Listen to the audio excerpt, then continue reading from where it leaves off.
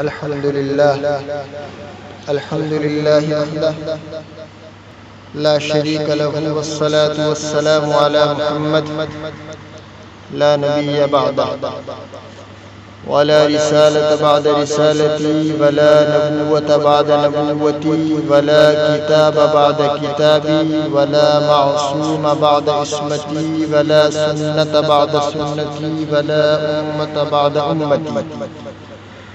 أما بعد، قال الله تبارك وتعالى في القرآن المجيد والفرقان الحميد: فأعوذ بالله من الشيطان الرجيم، بسم الله الرحمن الرحيم.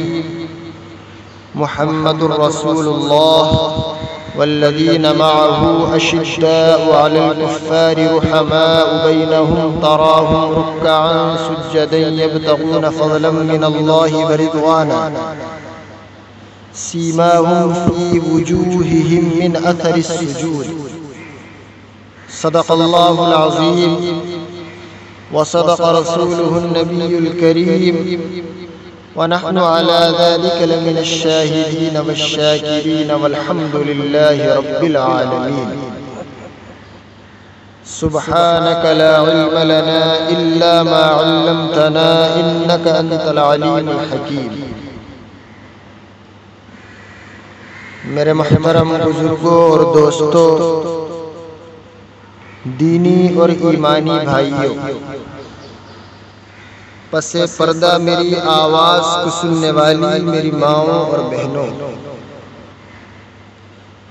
اللہ جل جلالہ و عم نوالہ کا بڑا فضل، بڑا کرم، بڑا احسان ہے کہ اس نے ہم تمام کو صحیح سالم اور تندرست رمضان جیسے بابرکت اور محترم مہینے تک پہنچایا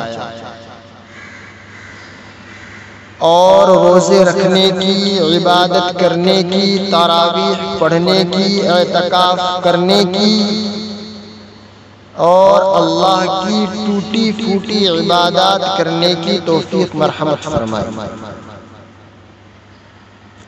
اور سب سے بڑی بات یہ کہ لاک ڈاؤن جیسے حالات میں دین کی بات کہنے اور سننے کی توفیق بخشے. ہم اپنے اطراف میں غور کریں، کتنے ہمارے احباب، دوست، رشتہ دار، پڑوسی، محلے والے ایسے ہوں گے جو پچھلے سال رمضان میں اس دنیا میں تھے لیکن اب وہ نہیں ہیں، اپنے مالک حقیقی سے جان گئے. اور کتنے لوگ ایسے ہیں جو اس کرونا وائرس کی بیماری کے چلتے ہاسپٹلوں میں ایڈمٹ ہیں، موت اور زندگی کی جنگ کے ساتھ لڑ رہے ہیں. اللہ میرے محترم بزرگوں اور دوستوں، ان تمام کو شفائے کلیہ عطا فرمائے، ان تمام کو جلد اور جلد سے جلد صحتیابی عطا فرمائے اور ان تمام کو شفائے کاملہ عاجلہ مستمرہ مرحمت فرمائے. 21 رمضان المبارک چونکہ حضرت علی رضی اللہ تعالی عنہ کی وفات کا دن ہے، آپ لوگوں نے سہیل بھائی کے ذریعے سے مجھ تک خبر پہنچائی کہ میں حضرت علی رضی اللہ تعالی عنہ کے تعلق سے کچھ عرض کروں. سب سے پہلے تو ایک بات کو ذہن نشین کر لیں، میں اپنے آپ کو اس قابل نہیں سمجھتا کہ حضرت علی رضی اللہ تعالی عنہ جیسی شخصیت کی سیرت کو بیان کر سکوں. احادیث مبارکہ میں آپ کے فضائل اور مناقب بہت زیادہ ہیں. امام احمد ابن حنبل فرماتے ہیں کہ جتنی احادیث سے حضرت علی رضی اللہ تعالی عنہ کی فضیلت ثابت ہوتی ہے، کسی دوسرے صحابی کی نہیں ہوتی. اتنے بڑے صحابی، داماد رسول صلی اللہ علیہ وسلم، خلیفہ چہارم حضرت علی رضی اللہ تعالی عنہ کی سیرت بیان کرنا اس کے لیے بہت بڑا علم والا ہونا ضروری ہے۔ میرے پاس میرے بھائیوں، میری بہنوں اتنا علم نہیں ہے، میں ایک چھوٹا سا طالب علم ہوں، میں ابھی طفل مکتب ہوں۔ میں بارہا اس بات کو کہتا ہوں کہ مجھ سے بڑے بڑے محدث، مفکر، مفسر دنیا میں موجود ہیں، اللہ پتہ نہیں کیا بات ہے مجھ جیسے حقیر اور فقیر سے کام لے رہا ہے، جبکہ میں اس قابل نہیں ہوں، میں اپنے آپ کو اس قابل نہیں سمجھتا، میرے پاس اتنا علم نہیں ہے، اپنی ٹوٹی پھوٹی بات رکھ دیتا۔ اللہ بس میری اس بات کو قبول کر لے اور میرے لیے اور آپ تمام کے لیے بھی ذخیرہ آخرت بنا۔ حضرت علی رضی اللہ تعالی عنہ کے تعلق سے آپ نے عرض کرنے کے لیے کہا ہے، ابھی کی مجلس میں اور دوپہر بعد ظہر کے بعد جو مجلس ہے انشاءاللہ میں دونوں مجلس میں بات عرض کروں گا، جہاں تک مجھ سے ہو سکتا ہے اپنی کوشش اور اپنے مطالعے کے ذریعے میں کوشش کروں گا کہ آپ رضی اللہ تعالی عنہ کے تعلق سے کچھ باتیں میں آپ کے سامنے رکھ سکوں۔ دعا کریں اللہ میری کوششوں کو قبول کر لے اور آپ کے سننے کو قبول کر لے۔ حضرت علی رضی اللہ تعالی عنہ بنی ہاشم خاندان سے تعلق رکھتے تھے۔ قریش میں یہ خاندان سب سے زیادہ معزز تھا، اور اس خاندان کے معزز ہونے کی سب سے بڑی وجہ یہ تھی کہ آپ صلی اللہ علیہ وسلم اسی خاندان سے تعلق رکھتے تھے۔ حضرت علی رضی اللہ تعالی عنہ نبی کریم صلی اللہ علیہ وسلم کی ولادت کے 30 سالوں کے بعد پیدا ہوئے۔ 4 بھائیوں میں آپ سب سے چھوٹے ہیں۔ 4 بھائیوں میں سے 3 نے اسلام قبول کیا۔ آپ رضی اللہ تعالی عنہ کے والد کا نام عبد مناف ہے اور کنیت ابو طالب ہے، اور آپ کے جو والد محترم ہیں وہ کنیت ہی سے مشہور ہوئے۔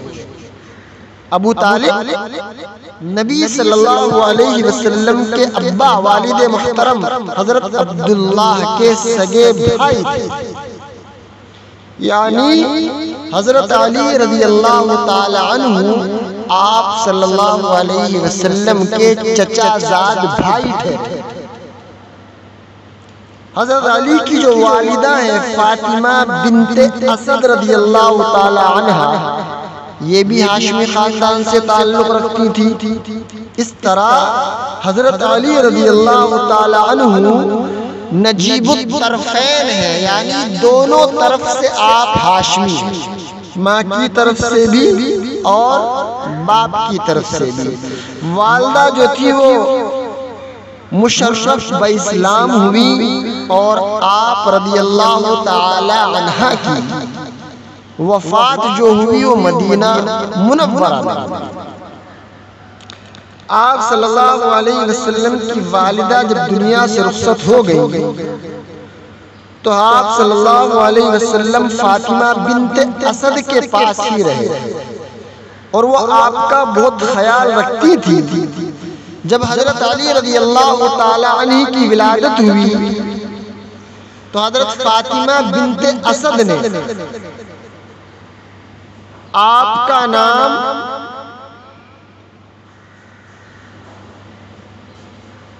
حیدر رکھا۔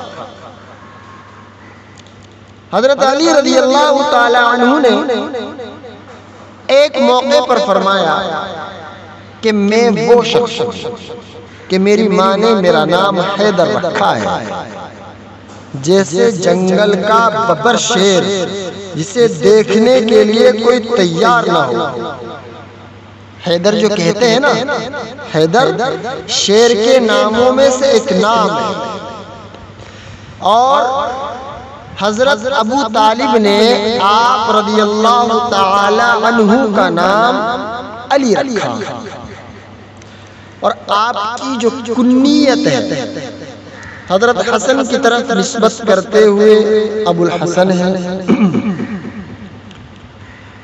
اور آپ کی جو دوسری کنیت ہے وہ ابو تراب ہے۔ اور حضرت علی رضی اللہ تعالی عنہ یہ پسند فرماتے تھے کوئی آپ کو اس کنیت سے پکارے، یعنی ابو تراب کہے۔ اس کنیت رکھنے کی بھی ایک وجہ تسمیہ ہے، امام بخاری رحمۃ اللہ علیہ نے اس پر بحث کی ہے، انشاءاللہ بات بہت لمبی چلی جائے گی، میں اس پر بھی میں بات کرتا۔ اس وقت چونکہ 30 منٹ کے اندر کا وقت رہتا ہے آپ لوگوں کی طرف سے دیا ہوا، اس پر ہی مجھے اپنی بات کو سمیٹنا ہوتا ہے۔ زور کے بعد چونکہ وقت میں وسعت آپ لوگوں نے دی ہے، کہا ہے کہ 1 گھنٹے تک آپ بات کر سکتے ہیں، اب 30 منٹ کے اندر حضرت علی کی سیرت بیان کرنا، آپ کے فضائل اور مناقب کو رکھ دینا، یہ بڑا مشکل کام ہے، مجھ جیسے حقیر فقیر کے لیے تو اور مشکل۔ بہرکیف شام کے بیان میں انشاءاللہ میں اس بات کو بھی عرض کروں گا۔ میں اصلی بات کی طرف آتا ہوں۔ میں نے خطبے کے اندر ایک آیت کریمہ تلاوت کی، محمد الرسول اللہ والذین معہ اشداء علی الکفار رحماء بینہم۔ اس آیت کریمہ کا خلاصہ یہ ہے کہ آپ صلی اللہ علیہ وسلم کے جانثار صحابہ کفار کے مقابلے میں سخت اور آپس میں رحیم اور کریم۔ تفسیر فتح البیان میں اس آیت کریمہ کے ذیل میں ایک نقطہ لکھا ہے کہ والذین معہ سے مراد حضرت ابوبکر صدیق رضی اللہ تعالی عنہ ہے، اشداء علی الکفار سے مراد حضرت عمر فاروق رضی اللہ تعالی عنہ ہے، رحماء بینہم سے مراد عثمان غنی رضی اللہ تعالی عنہ ہے، رکعاً سجداً سے مراد شیر علی رضی اللہ تعالی عنہ ہے، اور یبتغون فضلا من اللہ ورضوانہ سے مراد بقیہ تمام صحابہ کرام رضی اللہ تعالی علیہم اجمعین ہے۔ حضرت ابوبکر صدیق رضی اللہ تعالی عنہ کو محمد صلی اللہ علیہ وسلم کی رفاقت کا اعزاز ملا، حضرت عمر فاروق رضی اللہ تعالی عنہ کفر کے مقابلے میں فولاد تھے، سخاوت اور رحم دلی میں عثمان غنی رضی اللہ تعالی عنہ کا کوئی ثانی اور کوئی جواب نہ تھا، عبادت اور شجاعت اور بہادری میں حضرت علی رضی اللہ تعالی عنہ کا کوئی ہم پلہ اور کوئی ثانی نہ تھا۔ میں نے ابھی عرض کیا کہ امام احمد بن حنبل رحمۃ اللہ علیہ فرماتے ہیں کہ جتنی احادیث سے حضرت علی رضی اللہ تعالی عنہ کی فضیلت ثابت ہوتی ہے کسی دوسرے صحابی کی نہیں ہوتی۔ آپ حضرت علی رضی اللہ تعالی عنہ کی سیرت کا مطالعہ کریں گے تو آپ کو معلوم ہوگا کہ وہ اسلام کے عظیم سپاہی اور مبلغ تھے۔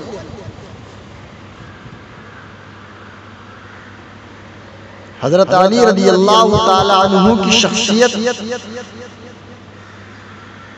آپ کے فضائل، آپ کے مناقب، آپ کے علم کا درجہ بیان کرنا میرے محترم بزرگوں اور دوستوں اتنا آسان کام نہیں ہے۔ آپ کی کچھ خصوصیتیں، آپ کے کچھ فضائل ایسے ہیں جو صرف آپ تک محدود ہے، جو کسی اور صحابی کو میسر نہ ہو۔ ایک روایت میں ہے کہ آپ کعبۃ اللہ میں پیدا ہوئے، یہ سعادت کسی اور صحابی کے حصے میں نہ آئی۔ ایک اور روایت میں کہ آپ صلی اللہ علیہ وسلم کی پیاری اور چہیتی بیٹی حضرت فاطمہ رضی اللہ تعالی عنہا آپ کے نکاح میں آئی۔ اس طرح حضرت علی رضی اللہ تعالی عنہ کو آپ صلی اللہ علیہ وسلم کی نسل کے سلسلے کا بانی ہونے کا شرف حاصل ہے، اور یہ ایسا اعزاز ہے جو کسی اور صحابی کو نصیب نہیں ہوا۔ آپ فاتح خیبر تھے۔ نبی کریم صلی اللہ علیہ وسلم نے اپنے دست مبارک سے اسلامی لشکر کا جھنڈا حضرت علی رضی اللہ تعالی عنہ کو اس پیشین گوئی کے ساتھ دیا کہ قلعہ خیبر انہی کے ہاتھوں فتح ہے۔ حضرت علی رضی اللہ تعالی عنہ نبی کریم صلی اللہ علیہ وسلم کے چچا زاد بھائی ابو طالب کے لخت جگر ہے۔ آقا نامدار محمد عربی صلی اللہ علیہ وسلم جب دنیا میں تشریف لاتے ہیں تو باپ کا سایہ سر پر نہیں ہے، کچھ مدت کے بعد ماں کی ممتا بھی نہ رہی۔ ایسے میں دادا عبد المطلب سرپرست بنے اور کفالت کی ذمہ داریاں سنبھالیں، لیکن حق سبحانہ و تقدس کو کچھ اور ہی منظور تھا۔ محمد عربی صلی اللہ علیہ وسلم کی عمر مبارک ابھی 8 برس ہے تو آپ کے دادا عبد المطلب بھی دنیا سے چل بسے۔ اب آپ صلی اللہ علیہ وسلم کی کفالت اور سرپرستی جناب ابو طالب نے اپنے ذمے میں، اور ہر طرح سے آپ کا خیال رکھتے اور اپنے بچوں سے بڑھ کر محمد عربی صلی اللہ علیہ وسلم کو عزیز رکھتے۔ ابو طالب کی بیوی نبی کریم صلی اللہ علیہ وسلم کی چچی حضرت فاطمہ بنت اسد بھی آپ صلی اللہ علیہ وسلم کو بے حد عزیز رکھتی۔ عورتوں میں آپ وہ مقدس ہستی ہیں جن سے آقا نامدار محمد عربی صلی اللہ علیہ وسلم انتہائی مانوس تھے۔ جب حضرت علی رضی اللہ تعالی عنہ کی والدہ محترمہ اس دنیا سے رخصت ہونے کی خبر آپ تک پہنچی تو آپ دربار نبوت میں جلوہ افروز تھے۔ فرمایا اٹھو اپنی ماں کی طرف چلو چلتے۔ آپ صلی اللہ علیہ وسلم کی عقیدت، محبت اور احترام کا آپ اندازہ لگائیے۔ آپ صلی اللہ علیہ وسلم تمام صحابہ کرام کے ساتھ جنازے میں شریک ہوتے اور حضرت فاطمہ بنت اسد رضی اللہ تعالی عنہ کے جنازے کو آپ کندھا دیتے۔ سبحان اللہ، کیا منظر ہوگا! کندھے پہ جنازہ آپ صلی اللہ علیہ وسلم اٹھائے جا رہے ہوں، ملائکہ بھی میرے محترم بزرگوں اور دوستو حلقہ بنا کر کے جنازے کے ساتھ ساتھ چلتے ہیں۔ آپ صلی اللہ علیہ وسلم نے اپنا کرتہ مبارک اپنے جسم اطہر سے اتار کر فرمایا کہ اسے بھی کفن میں شامل کر دو۔ جب فاطمہ بنت اسد رضی اللہ تعالی عنہ کو قبر میں اتارے جانے لگا تو آپ صلی اللہ علیہ وسلم نے سخاوت اور کرم کی انتہا کر دی۔ آپ قبر کے اندر تشریف لے جاتے ہیں اور قبر کے اندر لیٹ کر کے اپنی چچی کی قبر کو متبرک اور منور فرما دیتے ہیں۔ صحابہ کرام رضی اللہ تعالی علیہم اجمعین نے ایسا کرنے کی وجہ پوچھی تو آپ صلی اللہ علیہ وسلم نے فرمایا یہ خاتون میری حقیقی ماں تو نہیں، لیکن اس خاتون نے مجھے ماں کی کمی محسوس نہیں ہوئی، اور فرمایا کہ میں ان کی قبر میں اس لیے لیٹا ہوں تاکہ میری چچی کا جسم عذاب قبر سے محفوظ رہے اور ان کی قبر جنت کے باغوں میں سے ایک باغ بن جائے۔ میرے محترم بزرگوں اور دوستو، ابو طالب اور ان کے خاندان کے آپ صلی اللہ علیہ وسلم کی ذات پر بے پناہ احسانات ہیں۔ آپ صلی اللہ علیہ وسلم نے جب تبلیغ کا کام شروع کیا تو ایک کے بعد دوسرے کے بعد تیسرے قریش مکہ کے کئی وفد ابو طالب کی خدمت میں آئے۔ بالآخر قریشی سرداروں کا ایک وفد ابو طالب کی خدمت میں حاضر ہوا اور کہا کہ آپ کے بھتیجے نے ہمارے دین کی مخالفت اور ہمارے خداؤں کی تذلیل میں انتہا کر دی۔ اب آپ دو ٹوک فیصلہ کریں، ہمارے ساتھ ہو جائیں یا اپنے بھتیجے کے ساتھ ہو جائیں۔ آپ صلی اللہ علیہ وسلم گھر واپس آئے تو ابو طالب نے آپ کو کچھ سمجھانا چاہا۔ آپ صلی اللہ علیہ وسلم فوراً بات سمجھ گئے۔ فرمایا، چچا جان، میں پیدا نہیں ہوا تھا تو باپ کا سایہ سر سے چلا گیا، باپ کا سایہ اس سے میں محروم رہا، چلنے لگا تو ماں کی شفقت سے محروم ہو گیا، بولنے کے قابل ہوا تو دادا جان جاتے رہے۔ آج آپ کی گفتگو سے محسوس ہوتا ہے کہ یہ سہارا بھی ٹوٹ رہا ہے۔ آپ صلی اللہ علیہ وسلم کی آنکھوں میں آنسو آ گئے۔ فرمایا، چچا، اے میرے چچا جان، یہ لوگ محمد صلی اللہ علیہ وسلم کے ایک ہاتھ پر سورج اور دوسرے ہاتھ پر چاند بھی رکھ دیں، پھر بھی محمد صلی اللہ علیہ وسلم خدا کے دین کی تبلیغ سے باز نہیں آ سکتا۔ آپ صلی اللہ علیہ وسلم کی آنکھیں اشک بار ہیں اور آپ اپنے چچا سے فرما رہے ہیں۔ حضرت ابو طالب نے نبی کریم صلی اللہ علیہ وسلم کے جب یہ جذبات دیکھے تو ایک تاریخی جملہ فرمایا کہ میرے بھتیجے، اگر تیرے جذبات یہ ہیں تو پھر اپنا کام جاری رکھیے۔ ابو طالب اور اس کی اولاد کے ہوتے ہوئے کوئی دین کا دشمن آپ کی طرف بری نظر سے نہیں دیکھ پائے گا۔ حضرت ابو طالب محمد عربی صلی اللہ علیہ وسلم کے اتنے خیر خواہ تھے، اتنے خیر خواہ تھے کہ ایک مرتبہ مکے کے قریب پہاڑ کی گھاٹی میں آپ صلی اللہ علیہ وسلم کو اور حضرت علی کو نماز پڑھتے دیکھ کر حیران ہوئے۔ آپ نے حضرت علی کو منع نہیں فرمایا، اپنے دوسرے بیٹے حضرت جعفر سے کہا، اس کو بلا کر کے کہا، حضرت جعفر سے مخاطب ہوئے اور کہا، بیٹا، محمد صلی اللہ علیہ وسلم کا ایک بازو علی ہے اور دوسرا بازو تو بتا۔ مردوں میں میرے محترم بزرگوں اور دوستوں، سب سے پہلے حضرت ابوبکر صدیق رضی اللہ تعالی عنہ، عورتوں میں حضرت خدیجہ رضی اللہ تعالی عنہ، اور بچوں میں حضرت علی رضی اللہ تعالی عنہ نے اسلام قبول کیا۔ مختلف روایات کے مطابق حضرت علی کی عمر 7 سے 10 برس کے درمیان تھی۔ ایک روز آپ رضی اللہ تعالی عنہ نے محمد عربی صلی اللہ علیہ وسلم کو اور حضرت خدیجہ کو عبادت کرتے ہوئے دیکھا۔ نہایت تعجب سے پوچھا کہ آپ لوگ کیا کر رہے ہیں؟ آپ صلی اللہ علیہ وسلم نے مسئلہ سمجھایا کہ ہم اللہ کی عبادت کر رہے ہیں، وہ ذات وحدہ لا شریک لہ ہے، وہی عبادت کے لائق ہے، میں اللہ کا بھیجا ہوا نبی ہوں، دنیا والوں کے لیے رشد و ہدایت اور رہنمائی لے کر کے آیا ہوں۔ ننھے علی کی ذہن پر یہ تمام باتیں نقش ہو گئیں۔ اپنے والد ابو طالب سے مشورہ کیا، اگلے روز حاضر ہو کر اسلام قبول کر لیا۔ اس طرح حضرت علی رضی اللہ تعالی عنہ قافلہ اسلام کے تیسرے رکن بنے۔ حضرت علی رضی اللہ تعالی عنہ ایسے خوش قسمت اور خوش نصیب تھے جن کی ولادت پر آپ صلی اللہ علیہ وسلم ان کے یہاں تشریف لے گئے۔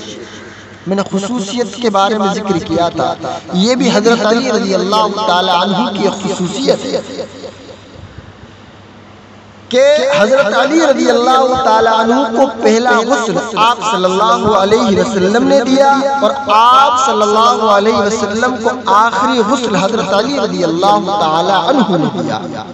آج لوگ فخر کرتے ہیں کہ خاندان کا کوئی بزرگ پیدا ہوئے بچے کو گھٹی دے۔ کوئی پوچھتا ہے، میں نے بھی سنا ہے میرے خاندان میں کہ بھئی فلاں بچہ پیدا ہوا تھا، فلاں اللہ والے، فلاں بزرگ کہ فلاں مولانا برہان الدین صاحب سنبھلی، انہوں نے جو اس بچے کی تحنیک کی تھی، اس بچے کے منہ میں گھٹی ڈالی تھی۔ تو حضرت علی رضی اللہ تعالی عنہ خوش نصیب ہیں جنہیں گھٹی آپ صلی اللہ علیہ وسلم نے دی تھی۔ حضرت علی کو گھٹی میں ایسی چیزیں دی گئیں جس کا نعم البدل نہیں ہو سکتا۔ یہ گٹھی نبی کریم صلی اللہ علیہ وسلم کا لعاب دہن تھی۔ حضرت علی کی شان کا اندازہ لگائیے کہ جب حضرت علی نے آنکھیں کھولی تو چہرہ نبی کا تھا اور نگاہ علی کی تھی اور منہ علی کا تھا اور لعاب دہن آپ صلی اللہ علیہ وسلم۔ حضرت علی رضی اللہ تعالی عنہ کو بچپن سے ہی آپ صلی اللہ علیہ وسلم کے فیض اور محبت سے مشرف ہونے کا اعزاز نصیب ہوا۔ میرے محترم بزرگ اور دوستو، حضرت علی رضی اللہ تعالی عنہ 13 برس کی مکی زندگی میں کوئی لمحہ اور کوئی گھڑی ایسی نہ تھی جس میں حضرت علی رسول خدا صلی اللہ علیہ وسلم سے جدا ہوا۔ آپ صلی اللہ علیہ وسلم نے نبوت کا تاج پہنا تو پہلے 3 سال خاموش اور خفیہ تبلیغ فرمائی، لیکن جب عرش والے نے حکم دیا کہ میرے محبوب اب میرے پیغام کو کھل کر دنیا والوں کے سامنے پیش کیجئے، تو آپ صلی اللہ علیہ وسلم نے اس کا عملی مظاہرہ کیا۔ وَأَنذِرْ عَشِيرَتَكَ الْأَقْرَبِينَ، رسول صلی اللہ علیہ وسلم نے تبلیغ کا آغاز اپنے خاندان والوں سے کیا۔ روایت ہے کہ حضرت علی رضی اللہ تعالی عنہ کو آپ نے حکم دیا کہ آپ دعوت طعام کا انتظام کریں۔ حضرت علی رضی اللہ تعالی عنہ نے بکری کا تھوڑا سا گوشت پکایا۔ آپ فرماتے کہ جب سالن تیار ہوا تو آپ صلی اللہ علیہ وسلم نے آدھی بوٹی کھائی، آدھی سالن میں دوبارہ ڈالی۔ حضرت علی کہتے ہیں کہ اتنی برکت ہوئی کہ 40-50 آدمیوں کے کھانے کے بعد بھی کھانا بچا۔ کھانے سے فارغ ہو کر دعوت طعام سے فارغ ہوئے تو آپ صلی اللہ علیہ وسلم نے کلام کا سلسلہ شروع کیا۔ فرمایا، بنی عبد المطلب، خدا کی قسم میں تمہارے سامنے دنیا اور آخرت کی بہترین نعمت پیش کرتا ہوں۔ بولو تم میں سے کون کون اس شرط پر میرا ساتھ دیتا ہے جو میرا مددگار اور معاون ہو۔ اس محفل میں روایتوں میں آتا ہے، اس دعوت طعام میں حضرت حمزہ، عباس، ابو طالب اور دیگر بڑے بڑے سردار موجود تھے۔ سب کے سب خاموش رہے۔ ننھی پتلی ٹانگوں والا کم سن لڑکا حضرت علی رضی اللہ تعالی عنہ اٹھتے ہیں۔ فرمایا، حضور صلی اللہ علیہ وسلم، گویا میں چھوٹا ہوں تاہم میں آپ کا دست اور بازو بننے کے لیے تیار۔ آپ صلی اللہ علیہ وسلم نے فرمایا کہ علی بیٹھ جاؤ۔ آپ صلی اللہ علیہ وسلم نے دوبارہ یہی سوال کیا۔ حضرت علی دوبارہ اٹھے، یہاں تک کہ تیسری مرتبہ بھی سرداروں کی اس محفل میں کمزور جسم لیکن مضبوط ایمان والے حضرت علی رضی اللہ تعالی عنہ نے جانثاری اور جانبازی کا عہد اور اعادہ کیا۔ ارشاد ہوا، بیٹھ جاؤ علی، تم تو میرے بھائی ہو، میرے وارث ہو۔ ہجرت کے بعد امام الانبیاء نے جب مہاجرین اور انصار میں بھائی چارہ کرایا، کسی کو صدیق دیا، کسی کو فاروق دیا، کسی کو عثمان غنی دیا، کسی کو طلحہ، کسی کو زبیر، کسی کو عبد الرحمن ابن عوف رضی اللہ تعالی علیہم اجمعین دیے، لیکن جب علی مرتضیٰ کی باری آئی فرمایا یہ میرا بھائی ہے، جہاں مصطفیٰ رہے گا وہیں مرتضیٰ رہے گا رضی اللہ تعالی۔ یہ حضرت علی کی خوش نصیبی کی انتہا تھی کہ مکی زندگی میں حضرت علی رضی اللہ تعالی عنہ کو رفاقت رسول اور مدنی زندگی میں رفاقت رسول بھی، رفاقت رسول کے ساتھ ساتھ رفاقت بطول بھی۔ حضرت علی رضی اللہ تعالی عنہ اتنی چھوٹی سی عمر میں آپ صلی اللہ علیہ وسلم کے پاس آئے، آپ کی پیاری اور بے مثال شخصیت نمایاں ہوئی۔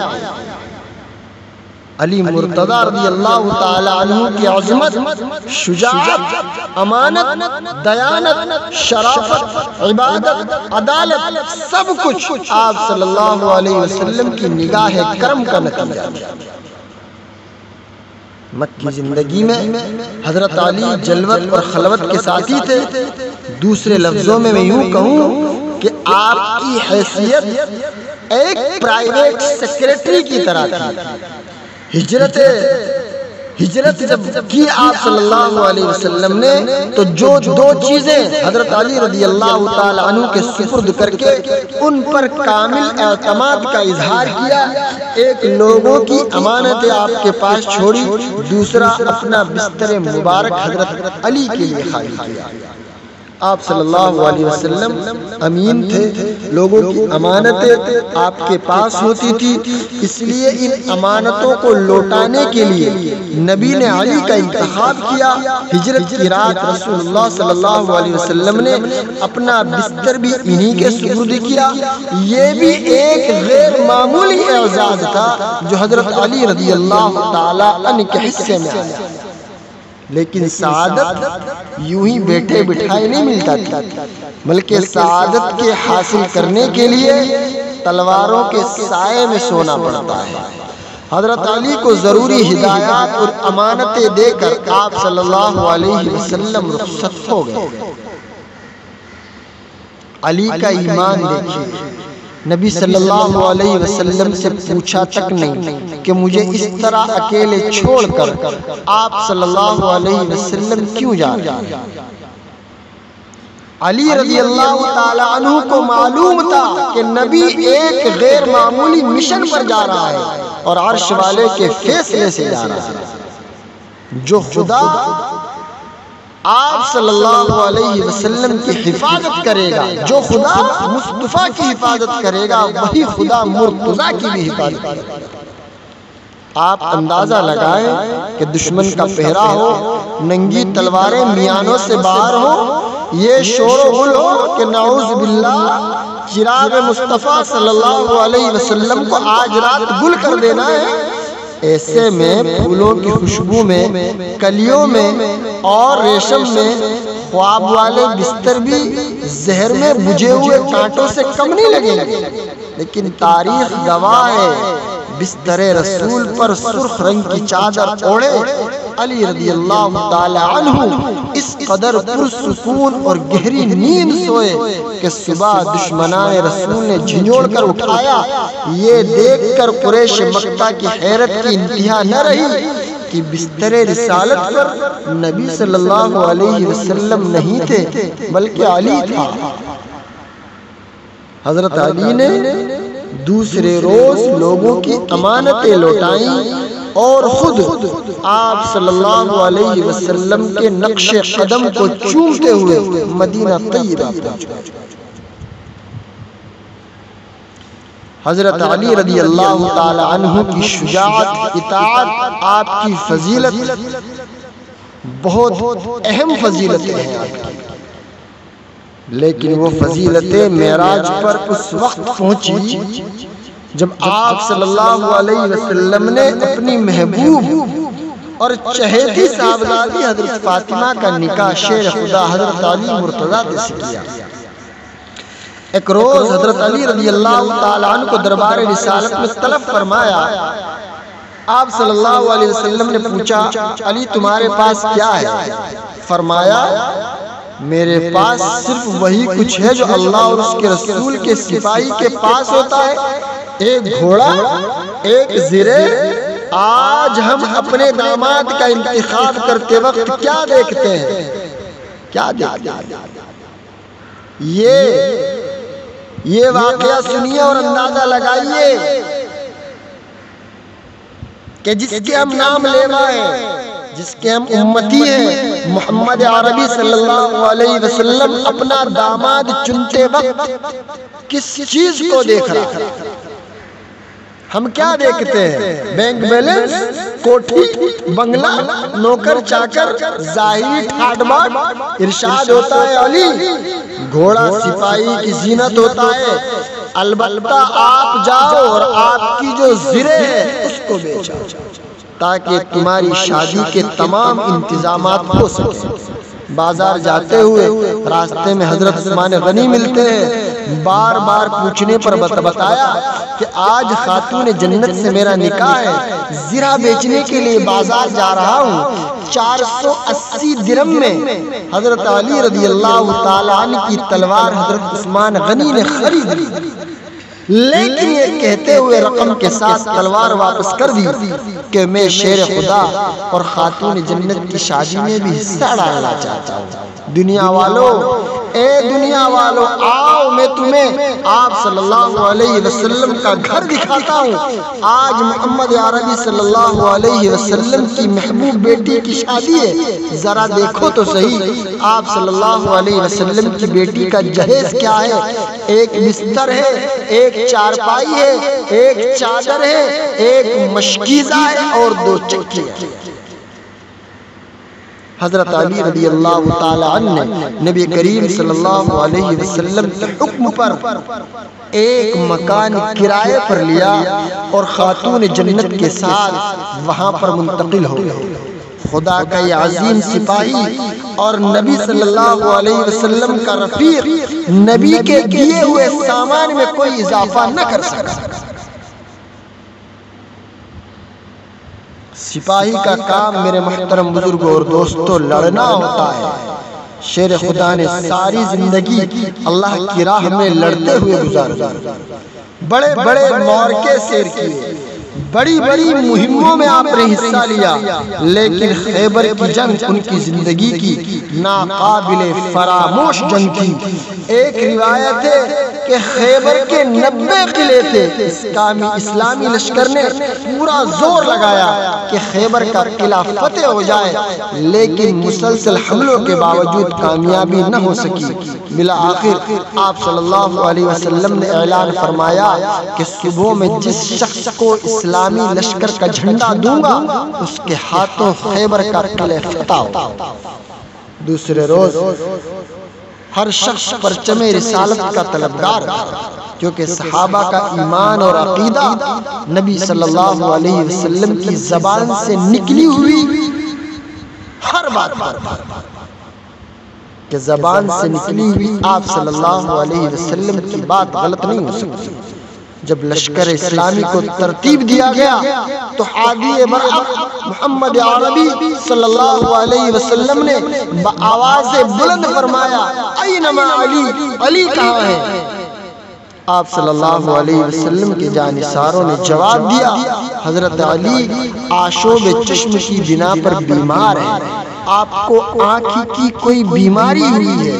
حضرت علی رضی اللہ تعالی عنہ کے تعلق سے صحابہ نے بتایا کہ آپ کی آنکھیں آئی ہوئی ہیں۔ حضرت علی کو طرف فرمایا، آپ صلی اللہ علیہ وسلم نے اپنا لعاب، اپنا تھوک حضرت علی رضی اللہ تعالی عنہ کی آنکھوں پر لگایا ہی تھا، آنکھیں ٹھیک ہو گئی۔ لشکر اسلام کا علم نبوت کے ہاتھوں شیر خدا کو عطا ہوا۔ لشکر اسلام کا جو جھنڈا تھا، جو علم تھا، آپ صلی اللہ علیہ وسلم نے حضرت علی کو دیا۔ چنانچہ حضور اکرم صلی اللہ علیہ وسلم کی پیشین گوئی کے مطابق خیبر کا قلعہ فتح ہوا۔ حضرت علی رضی اللہ تعالی عنہ اسلام کے عظیم الشان مجاہد سپاہی تھے۔ انہوں نے بہادری، شجاعت، دلیری اور ہمت کے ایسے ایسے کارنامے انجام دیے کہ تاریخ اسلام کے اندر ان کا نام ہمیشہ ہمیشہ کے لیے زندہ رہا۔ انہوں نے کفار کے بڑے بڑے بہادروں، پہلوانوں کی آنکھوں میں آنکھیں ڈال کر مقابلہ کیا۔ اللہ تبارک و تعالیٰ نے ہر مقابلے میں انہیں کامیابی عطا فرمائی۔ دربار رسالت سے آپ کو حیدر کرار کا لقب ملا۔ حیدر کرار کہتے ہیں پلٹ پلٹ کر حملہ کرنے والے۔ حضرت علی رضی اللہ تعالی عنہ کا یہ وصف تھا کہ میدان جنگ میں آپ جدھر نکل جاتے دشمن کی صفوں کے اندر تہلکہ مچا جاتا۔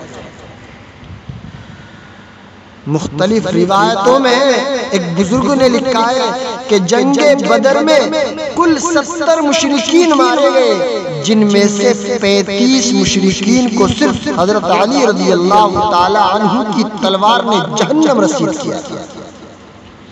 جنگ احد میں میرے محترم بزرگوں اور دوستو، جب بڑے بڑے صحابہ کے حوصلے پست تھے، بڑے بڑے صحابہ حوصلے ہار بیٹھے تھے، حضرت علی رضی اللہ تعالی عنہ کے پاؤں میں ذرہ برابر بھی جنبش اور لغزش نہیں آئی۔ علی مردانہ وار دشمنوں پر حملہ کرتے جاتے، ان کی حالت یہ تھی کہ کبھی دشمن کی طرف لپکتے اور کبھی آپ صلی اللہ علیہ وسلم کی طرف پلٹتے تاکہ ان کا بھی دفاع کر سکتے۔ جنگ خندق میں حضرت علی رضی اللہ تعالی عنہ نے کفار کے ایک نامی گرامی سورما کے ساتھ مقابلہ کیا۔ عرب کے اندر دور دور تک اس جنگجو پہلوان کی طاقت کی دھوم تھی، اس کی طاقت کئی انسانوں کی طاقت کے برابر تصور کی جاتی ہے۔ اس نے آتے ہی حضرت علی رضی اللہ تعالی عنہ پر وار کیا۔ اس نے آپ پر جب وار کیا تو آپ نے اس کے وار کو اپنی ڈھال پر روکا، دوسرے ہی لمحے آپ رضی اللہ تعالی عنہ نے بجلی کی طرح چمک کر اس عیدو پہلوان کو خاک میں ملا دیا اور ایک ہی وار میں اس کو جہنم واصل کر دیا۔ حضرت علی رضی اللہ تعالی عنہ کے کارناموں اور میرے محترم بزرگوں اور دوستو، آپ رضی اللہ تعالی عنہ کی خدمات کو رہتی دنیا تک یاد کیا جاتا ہے۔ حضرت عثمان غنی کے بعد آپ خلیفہ بنے، یہ بہت لمبی چوڑی میرے محترم بزرگوں اور دوستو بحث ہے۔ جو وقت آپ نے دیا تھا اس وقت سے بھی میں بہت آگے نکل گیا ہوں۔ دعا کرے میرے محترم بزرگوں اور دوستو، اللہ مجھے اور کامیابی دے کہ میں حضرت علی رضی اللہ تعالی عنہ کی اور فضائل اور مناقب آپ کے سامنے بیان کر سکوں۔ روایتوں کے اندر آتا ہے کہ آپ رضی اللہ تعالی عنہ پر جو حملہ کیا وہ ابن ملجم نے حملہ کیا، اور آپ پر جو حملہ ہوا وہ 19 رمضان المبارک کو ہوا۔ آپ 21 رمضان المبارک کو شہید ہو گئے۔ دعا کریں میرے محترم بزرگوں اور دوستو، اللہ تعالی ہم تمام کو حضرت علی جیسا بننے کی، ان کے نقش قدم پر چلنے کی، آپ صلی اللہ علیہ وسلم سے ان جیسی محبت کرنے کی توفیق عطا فرمائے۔ آمین ثم آمین، وآخر دعوانا ان الحمدللہ رب العالمین۔